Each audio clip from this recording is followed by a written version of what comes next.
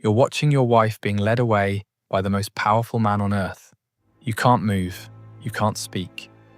Around you, 50 other senators sit frozen, their wine cups trembling in their hands. Some are praying she'll return. You're praying she won't say anything that gets you both killed. 20 minutes pass like 20 years. When he finally brings her back, he doesn't just return her to your side. He sits down. He pours himself wine. And then, in front of everyone you know, he begins to describe, in graphic, clinical detail, exactly what just happened in that room. Your colleagues are staring at their plates. Your wife is staring at nothing. And you have to smile. You have to nod. You have to thank him. Because the alternative is watching your children die. This wasn't madness. This was a machine. A system designed with surgical precision to destroy the human soul. And the man who built it learned everything he knew by watching his entire family get murdered by the previous emperor. His name was Caligula, and what he did to Rome is so disturbing, so systematically evil, that 2,000 years later, we're still trying to understand how one human being could architect this level of psychological warfare. If you believe that the documented records of history's most terrifying figures must be remembered, consider liking this video and subscribing. Your support unearths more accounts from the darkest corners of the human story. Now, back to the man who turned cruelty into an art form. Stay with me, because what you're about to hear gets worse, much worse. And the most terrifying part isn't what he did, it's that the system he built outlived him. Before I show you the 5 acts of Caligula's terror machine, you need to understand something crucial. He wasn't born evil, he was manufactured, and the process started when he was 7 years old. Picture this. The year is 14 AD. A little boy, maybe 6 or 7, is running through a Roman military camp. He's wearing a miniature legionnaire uniform, complete with tiny armor and little red boots. The soldiers, battle-hardened men who've conquered half the known world, are laughing, picking him up, tossing him in the air. They call him Caligula, Little Boots. He's the son of Germanicus, Rome's greatest general since Julius Caesar himself. The soldiers worship his father, and they adore this kid. He's their mascot, their good luck charm. Everywhere Germanicus goes, little Caligula follows, and the men genuinely believe this child brings them victory. This boy is growing up thinking he's invincible, loved, protected by the most powerful army on earth. He has no idea what's coming. 1 year later, his father dies. The official story, sudden illness. The whispered story, poison, ordered by someone close to the emperor, maybe the emperor himself. Caligula is 8 years old when the machine starts destroying his family.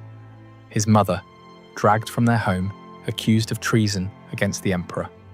His oldest brother, arrested, imprisoned, starved until he tried to eat the stuffing from his mattress. His second brother, exiled to an island where guards tortured him until he smashed his own head against the walls to end it. One by one, they're erased, and young Caligula watches it all happen.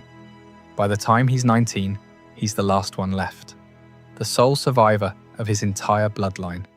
And then comes the summons. Emperor Tiberius wants to see him. Capri, a beautiful island off the coast of Italy. Tiberius has turned it into his personal fortress, far from Rome, far from the Senate, far from anyone who might object to what he does there. The ancient historians, we're talking Suetonius, Tacitus, people writing within living memory of these events, they describe Capri as a house of horrors. Tiberius has become paranoid, depraved, surrounding himself with astrologers and yes-men, inventing new cruelties because he's bored. And into this environment walks teenage Caligula. He knows Tiberius murdered his family, everyone knows it, but he can't show it, can't even hint at it. One wrong look, one moment of grief, one flash of anger, and he's dead. So he doesn't just survive, he excels. Suetonius writes something chilling. There never was a better servant or a worse master. Caligula learns to bury everything human inside him. He watches, he studies. He becomes exactly what Tiberius wants. Obedient, entertaining, harmless. For 6 years, he plays this role perfectly. And then, in 37 AD, Tiberius dies. Some say natural causes. Others say Caligula smothered him with a pillow. Either way, the 19-year-old hostage is now the most powerful person on earth. Rome celebrates. They think they're getting the son of beloved Germanicus. They have no idea they've just crowned a man who spent 6 years learning how to break human beings from the greatest monster in Roman history. And for 7 months, everything seems perfect. Then he gets sick, and the person who wakes up is not the same person who went to sleep. What happened during those fevered days, we'll never know. But when Caligula recovered, something inside him had shattered, and Rome was about to learn what he'd been hiding. What I'm about to describe isn't random violence. It's not the acts of a madman. Caligula built a system, 5 distinct acts of psychological warfare, each one designed to destroy a different part of the human spirit. And the truly terrifying part is how methodical it was. Let me show you the blueprint. Act 1 of the machine, the sister goddess. Caligula had 3 sisters, but one, Drusilla, was different. Ancient sources say their relationship crossed lines that even Rome found disturbing. Whether the rumors of incest were true or propaganda, what matters is that everyone believed it. And Caligula didn't just allow the rumors, he encouraged them. Then Drusilla died. What happened next reveals the core of Caligula's system, taking his personal pain and forcing an entire empire to experience it. He doesn't just mourn, he weaponizes mourning.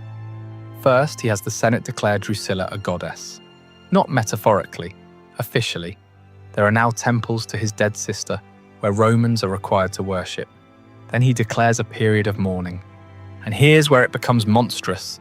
It is now a capital crime to laugh. It is now a capital crime to bathe. It is now a capital crime to have dinner with your family. Read that again. For weeks, maybe months, if you're caught smiling, you can be executed. Imagine living like that. Your child tells a joke at breakfast. Do you laugh? Do you discipline them for being a child? Every moment of joy becomes a potential death sentence. He's making Rome feel his pain, whether they want to or not. He's learning he can legislate emotion, criminalize happiness, make his inner world everyone's reality. And once he realizes he can control how people feel, he starts experimenting with what else he can take from them. Act 2 of the machine, the imperial brothel. This next part is so disturbing that historians still debate whether it actually happened or was later propaganda. But here's what the ancient sources claim. Caligula establishes a brothel inside the imperial palace. Not for himself, for the public, as a business. And it's not staffed by common prostitutes. It's staffed by the sons and daughters of Rome's noble families, the aristocracy, the senators, the people who rule provinces and command legions. He has heralds go into the streets to announce the prices, different rates for married women versus unmarried, special rates for virgins from senatorial families. And here's the detail that makes it so specifically cruel. He allegedly kept ledgers, detailed records, names, dates, transactions, the bureaucratic accounting of human degradation. Think about what this does psychologically. If you're a Roman nobleman, your entire identity is built on family honor. Your lineage goes back centuries. Your name means something. And now your daughter is being advertised in the streets like livestock. And there's a ledger with her name in it. And you can do absolutely nothing about it because the alternative is execution. He's not just taking their bodies. He's taking the one thing Roman aristocracy valued more than life itself. Their reputation, their legacy, their name. But he's still not done because he realizes something. Public humiliation is powerful, but there's something even more devastating. Private humiliation with public witnesses. Act 3 of the machine, the banquet of predation. Picture this scene again, because now you understand the context. You're at an imperial banquet. You're sitting with your wife. Around you are 50, maybe 100 other senators with their wives. Everyone's drinking wine that tastes like fear. Caligula stands. everyone goes silent. He walks slowly between the tables, looking at the women. His eyes are clinical, evaluative. He's choosing. He stops at your table. He looks at your wife. He inspects her the way you'd inspect a horse you're thinking of buying, checking her teeth, her hair, the shape of her body. He doesn't ask permission, doesn't even acknowledge you exist. He just takes her hand and leads her away. You sit there. The man next to you is staring into his wine. Everyone is pretending this isn't happening, because everyone knows, if you stand up, if you object, if you show any emotion at all, you won't leave this room alive, and neither will she, and neither will your children. So you sit, you drink, you wait. 20 minutes, 30. The conversation around you is forced, brittle. Someone makes a joke and it dies in the air. Finally, he brings her back. She sits down. She won't look at you. And then he sits down too. He doesn't leave, he stays. And in front of everyone, your friends, your colleagues, your rivals, he begins to describe what just happened. In detail, clinical, graphic detail. He's rating her performance, comparing her to other senators' wives, making jokes, and you have to smile. You have to laugh at his jokes. You have to nod like this is all perfectly normal, perfectly fine. He's not just violating your wife, he's destroying you. Everything that makes you a man in Roman society, your ability to protect your family, your authority, your dignity, he's taking it in front of everyone who matters. And tomorrow, you have to come back. You have to smile at these same people. You have to pretend it never happened while everyone knows exactly what happened. This is the genius of the machine. He's not just destroying individuals, he's destroying the social fabric itself, making everyone complicit, making everyone a witness to everyone else's degradation. But we're only at Act 3, and what comes next is so much worse that modern psychologists have studied it as a case study in systematic psychological torture. Because Caligula realizes there's one bond even stronger than marriage, the bond between parent and child. This is Act 4 of the machine, the grieving father. This next part is almost unwatchable. If you need to take a break, I understand. Caligula begins executing people, not for treason, not for crimes, just because he's bored or annoyed or because he wants to see what happens. And he develops a new protocol. If he's executing someone's son, the father has to watch, not from a distance, up close, front row. But here's what elevates it from simple cruelty to systematic torture. The historian Suetonius records a specific incident that reveals the true horror. A father watches his son executed. Caligula then immediately has this man brought to the imperial palace for dinner. That night, the body is still warm.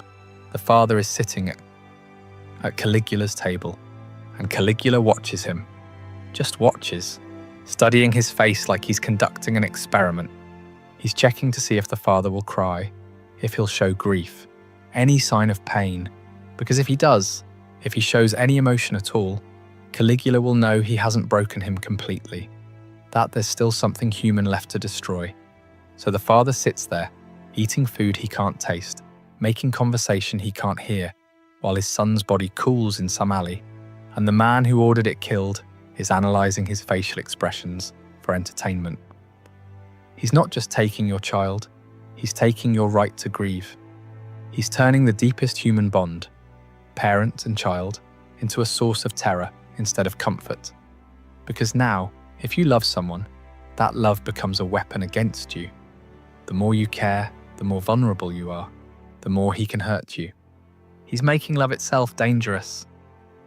And here's what nobody expected. The machine had a fatal flaw.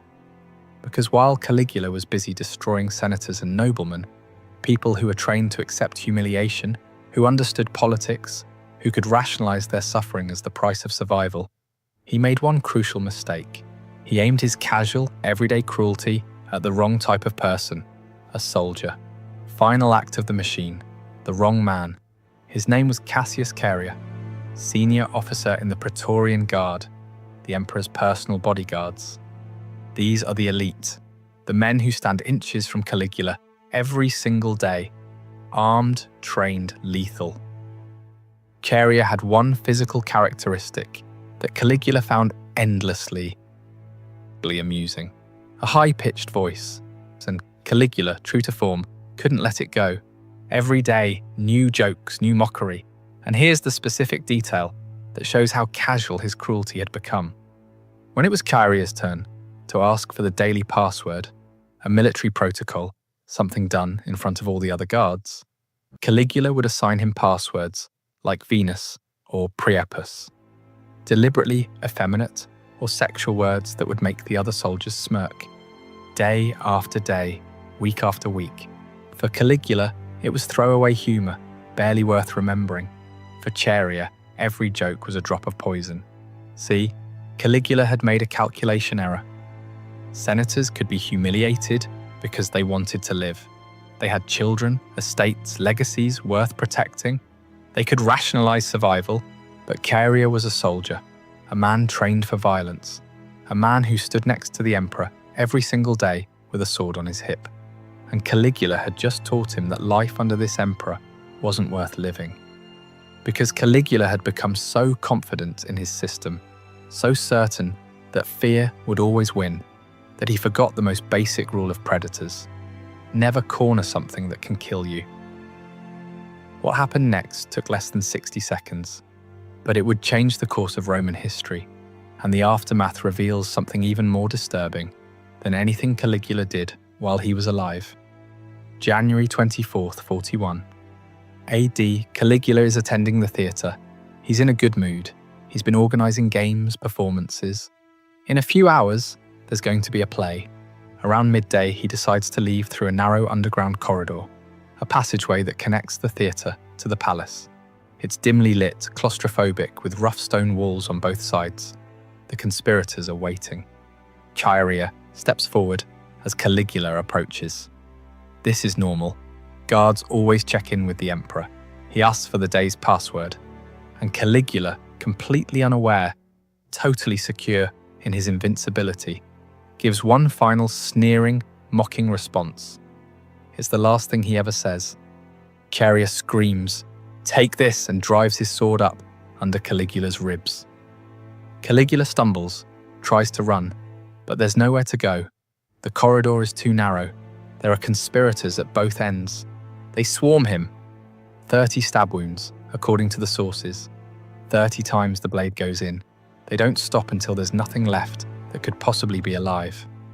4 years of accumulated rage, humiliation, and terror, released in 60 seconds of frenzied violence. The monster is dead, and that's when it gets worse. The conspirators don't stop with Caligula. They find his wife, Caesonia. She knows what's happened. She can hear the screaming. She's begging, pleading, trying to reason with armed men who've just killed an emperor. They stab her to death. Then they find the nursery. Caligula's daughter, Julia Drusilla, is 2 years old, maybe 3. The sources disagree.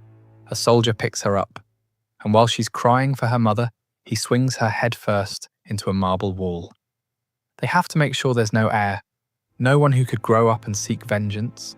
So they kill a toddler. This is what happens when the machine breaks.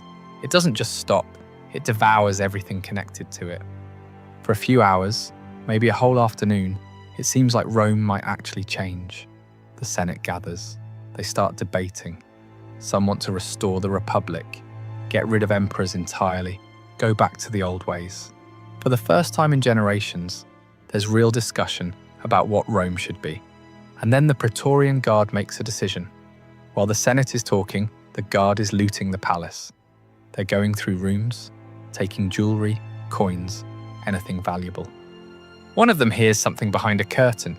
He pulls it back and finds a man hiding there, trembling. Middle-aged, with a stutter and a limp. Claudius, Caligula's uncle. The family embarrassment. Everyone thought he was harmless, probably brain damaged from childhood illness. The guard looks at him, and he doesn't see a harmless fool. He sees a new emperor. The Praetorians carry Claudius on their shoulders to their camp. They proclaim him emperor, and while the Senate is still debating the future of the Republic, the army has already decided. The system survived. Here's what haunts me about this story. Caligula ruled for less than 4 years. 4 years. In the scope of Roman history, that's nothing. A blip, a footnote. And yet 2,000 years later, we're still talking about him. Why?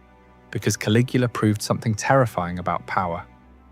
He showed that the entire machinery of a state, its laws, its military, its economy, its bureaucracy, can be turned into instruments of personal psychological warfare. He didn't work outside the system. He made the system his weapon. The ledgers in the imperial brothel, that's bureaucracy doing its job. The forced mourning for Drusilla, that's law enforcement doing its job. The banquets where he violated senators' wives, that's imperial hospitality doing its job. Every atrocity he committed was technically legal because he was the law. And when he died, the system didn't die with him. It just found a new operator. That's the real horror.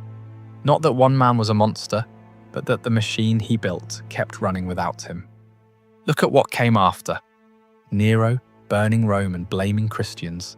Domitian executing people for looking at him wrong. Commodus forcing senators to watch him fight as a gladiator in the arena. Elagabalus doing things so disturbing, I literally cannot describe them on this platform. The blueprint remained, the machine kept evolving, because Caligula revealed a truth about power that Rome could never unlearn. When one person controls everything, the military, the law, the economy, the culture, there's no mechanism to stop them. No checks, no balances, nothing but waiting for them to die or be killed. And even then, the system just finds someone new. Suetonius wrote that Caligula was the best of servants and the worst of masters. He learned tyranny by pretending to be the perfect subject. He studied under Tiberius, watched how a monster operates, learned every technique, every psychological tool, and then he perfected it. That's the warning, the real lesson. The greatest threats don't announce themselves. They learn, they adapt, they wear the mask of loyalty until they don't need it anymore. There's one more thing. After Claudius became emperor, he had most of Caligula's records destroyed. The ledgers, the correspondence, the documents, burned.